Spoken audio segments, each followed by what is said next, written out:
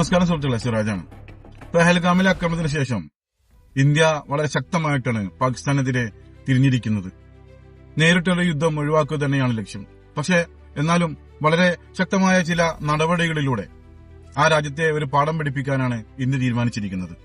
അതിൽ വളരെ പ്രധാനപ്പെട്ട ഒന്നാണ് സിന്ധു നദിയുമായി ബന്ധപ്പെട്ട കരാർ എന്ന് പറയുന്നത്. ശരിക്കും എന്താണ് ഈ സിന്ധു നദി കരാർ?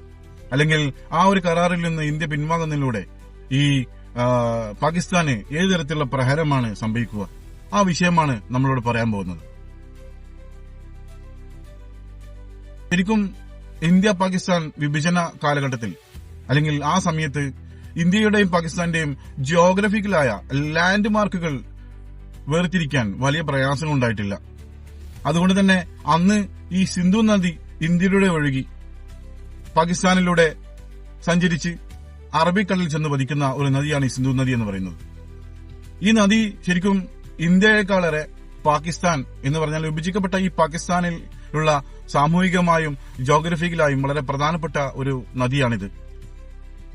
രാജ്യത്തിന്റെ എക്കണോമിക്കൽ കാർഷിക അഭിവൃദ്ധിക്ക് അല്ലെങ്കിൽ കാർഷിക വൃത്തിക്ക് 60% പ്രാധാന്യം കൊടുക്കുന്ന രാജ്യമാണ് പാകിസ്ഥാൻ. സ്വാഭാവികമായും ഈ പാകിസ്ഥാനിലെ ഈ സിന്ധു നദിക്ക് വളരെ പ്രധാനപ്പെട്ട ഒരു പങ്കുണ്ട് ഈ വിഷയത്തിൽ. അതുകൊണ്ട് തന്നെ ഇത് ഏതെങ്കിലും തരത്തിൽ വഴിതിരിച്ചുവിടുകയോ ഏതെങ്കിലും തരത്തിൽ ഈ നദിയുമായി ബന്ധപ്പെട്ട പ്രശ്നങ്ങളിൽ ഇന്ത്യ പിൻവാങ്ങുകയോ ചെയ്യുക എന്നത് പാകിസ്ഥാനെ സംബന്ധിച്ചിടത്തോളം അത് വലിയ ഒരു പ്രഹരം തന്നെയാണ്. അതിന് പ്രധാനപ്പെട്ട ഒരുപാട് കാരണങ്ങളുണ്ട്. സിന്ധു നദി കരാറിൽ നിന്ന് ഞങ്ങൾ പിൻവാങ്ങുന്നു എന്ന് പറയുന്നതിലൂടെ ശരിക്കും എന്താണ് പാകിസ്ഥാൻ സംഭവിക്കാൻ പോകുന്നത്? ഈ നദി ഇന്ത്യയിലെ ഒഴുകി പാകിസ്ഥാനിലേക്ക് എത്തുന്ന നദിയായതുകൊണ്ട് തന്നെ ഭാവിയിൽ ഈ നദിയുമായി ബന്ധപ്പെട്ട ഒരു ഇൻഫർമേഷനും ഇന്ത്യ ഇനി കൈമാറില്ല. അന്ന് 1960 സെപ്റ്റംബർ 19 പാകിസ്ഥാനിലെ ലാഹോറിൽ വെച്ച് ഇന്ത്യൻ പ്രധാനമന്ത്രി നെഹ്റുവും പാകിസ്ഥാൻ പ്രധാനമന്ത്രി അയ്യൂബ് ഖാനും തമ്മിൽ ലോക ബാങ്കിന്റെ മധ്യസ്ഥതയിൽ ഉണ്ടാക്കിയ ഒരു കരാറാണ് ഈ സിന്ധു നദി കരാർ എന്ന് പറയുന്നത്.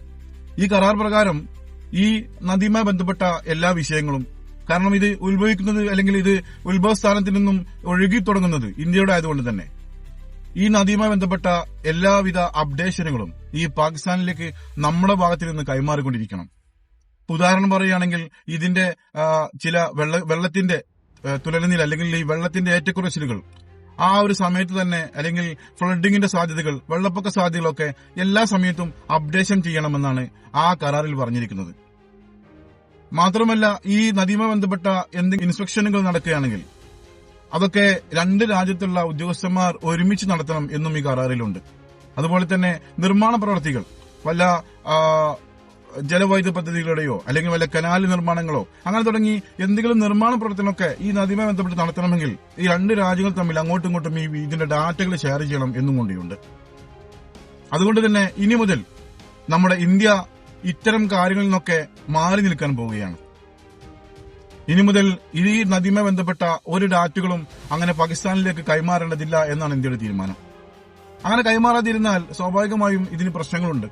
കാരണം നദിയുടെ ഈ വെള്ളത്തിന്റെ വേവ് അല്ലെങ്കിൽ വെള്ളത്തിന്റെ തുലനാവസ്ഥ അല്ലെങ്കിൽ വെള്ളത്തിന്റെ ഈ ഏറ്റക്കുറച്ചിലുകൾ പാകിസ്ഥാനിലേക്ക് അതത് സമയത്ത് നൽകിയില്ലെങ്കിൽ വെള്ളപ്പൊക്ക സാധ്യതകളും, ഈ നദിയുമായി ബന്ധപ്പെട്ട ചില ഡാമുകൾ ഈ പാകിസ്ഥാനിലുണ്ട്.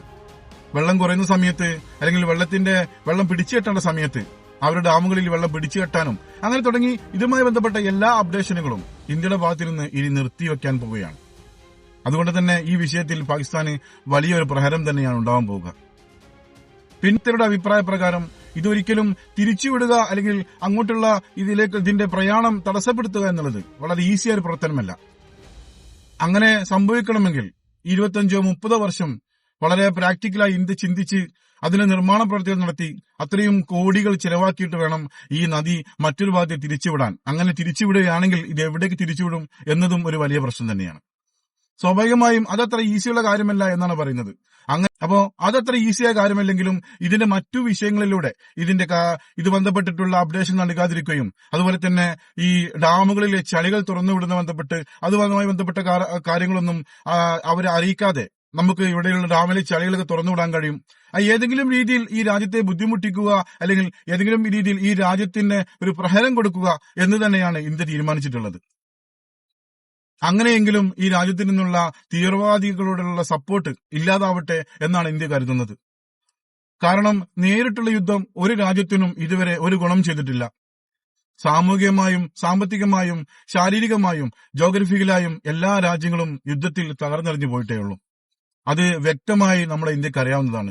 അതുകൊണ്ട് തന്നെ ഒരുപാട് ആക്രമണങ്ങൾ ഈ അടുത്ത കാലത്തായി നമ്മുടെ കാശ്മീർ ബന്ധപ്പെട്ട് ഉണ്ടായെങ്കിലും, അല്ലെങ്കിൽ പാകിസ്ഥാൻ നമ്മുടെ രാജ്യത്തേക്ക് കടന്നു കയറി, അല്ലെങ്കിൽ പാകിസ്ഥാനിൽ ആരോപിക്കപ്പെടുന്ന തീവ്രവാദികൾ അവർ നമ്മുടെ രാജ്യത്തേക്ക് കടന്നു കയറി ഒരുപാട് ആക്രമണം നടത്തിയെങ്കിലും ഇതുവരെയും ഇന്ത്യ നേരിട്ടുള്ള ഒരു യുദ്ധത്തിനായിട്ട് തയ്യാറെടുത്തിട്ടില്ല. അതിന് പ്രധാന കാരണം നമ്മുടെ രാജ്യത്തിന്റെ സുരക്ഷ കൂടിയാണ്. നമ്മളായിട്ട് ഒരു വലിയ പ്രശ്നത്തിലേക്ക് പോകുന്നില്ല എന്ന് തന്നെയാണ് രാജ്യത്തെ തീരുമാനം. ഇനിയും ഇതിലൊന്നും അവർ പാഠം പഠിച്ചില്ലെങ്കിൽ ഭാവിയിൽ ചിലപ്പോൾ ഒരു യുദ്ധത്തിലേക്ക് നീങ്ങിയേക്കാം. അത് മറ്റൊരു വിഷയം. എന്തായാലും യുദ്ധങ്ങളില്ലാതിരിക്കട്ടെ.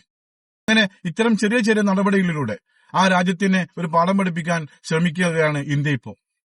എന്തായാലും എന്തു വന്നാലും നമുക്ക് ഒന്നേ പറയാനുള്ളൂ.